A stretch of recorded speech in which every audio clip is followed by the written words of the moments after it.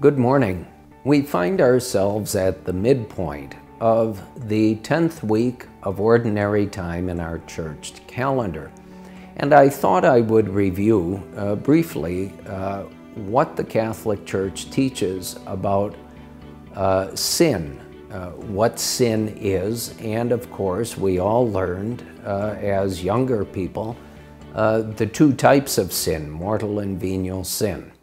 But first of all, and again, this will be brief and strictly a summary statement of our church teaching and belief, and I strongly recommend that you go to your Catechism of the Catholic Church for the full explanation, because it's quite good, and it's put in the context of living a life in Jesus Christ, the moral life.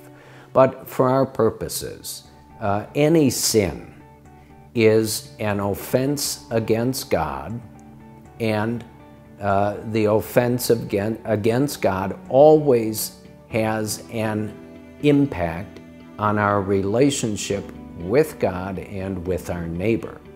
Now, the two types of sin, as the Church has always taught us, are mortal sins and venial sins. Some of us who are older and began learning our religion in a formal way in a Catholic grade school used the Baltimore Catechism, and it was quite good. And it said the definition of a mortal sin was a grievous offense against the law of God. The definition of a venial sin is, simply put, a less grievous offense against the law of God. Well, again, that's not the sum total of what the Church teaches, but it's a good starting point. A mortal sin, to be mortal, has to have three very clear and unequivocal conditions which you or I know and understand and actually act on, do. The first thing is that the matter of the sin itself is very grave and grievous. For an example, the killing of an innocent person, the violation of the fifth commandment clearly, and of course murder is a most grievous sin.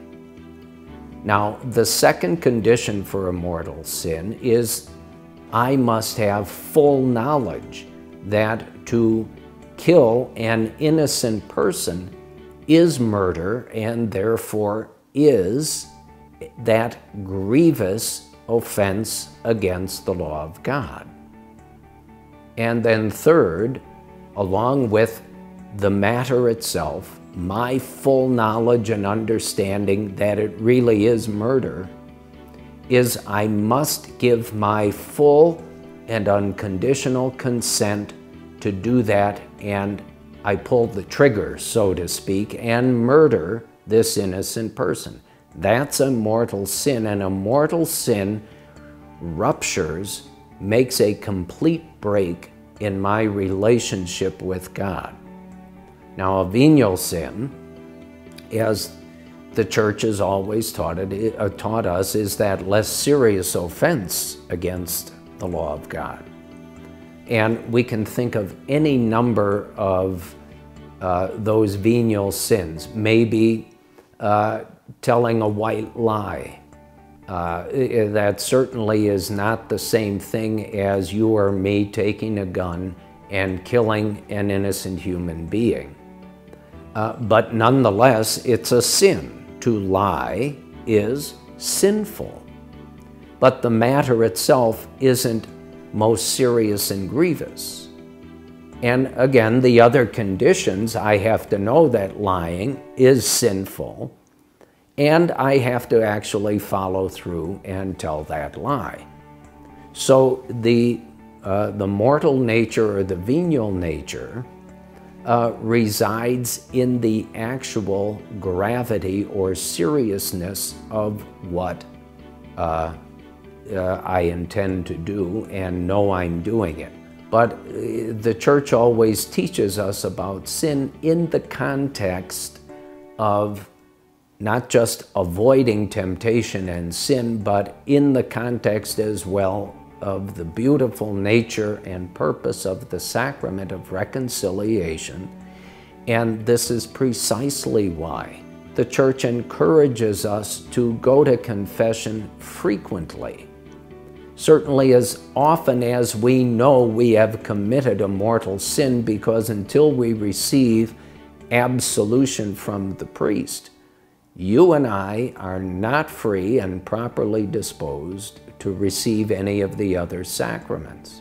That's a known requirement that the moral life, as the Church teaches us, requires that we would be committing a serious and mortally sinful sin of sacrilege if we receive Holy Communion knowing we have committed a mortal sin and have not already confessed that and received absolution. May God bless you during this week, and may you continue to enjoy our summer months.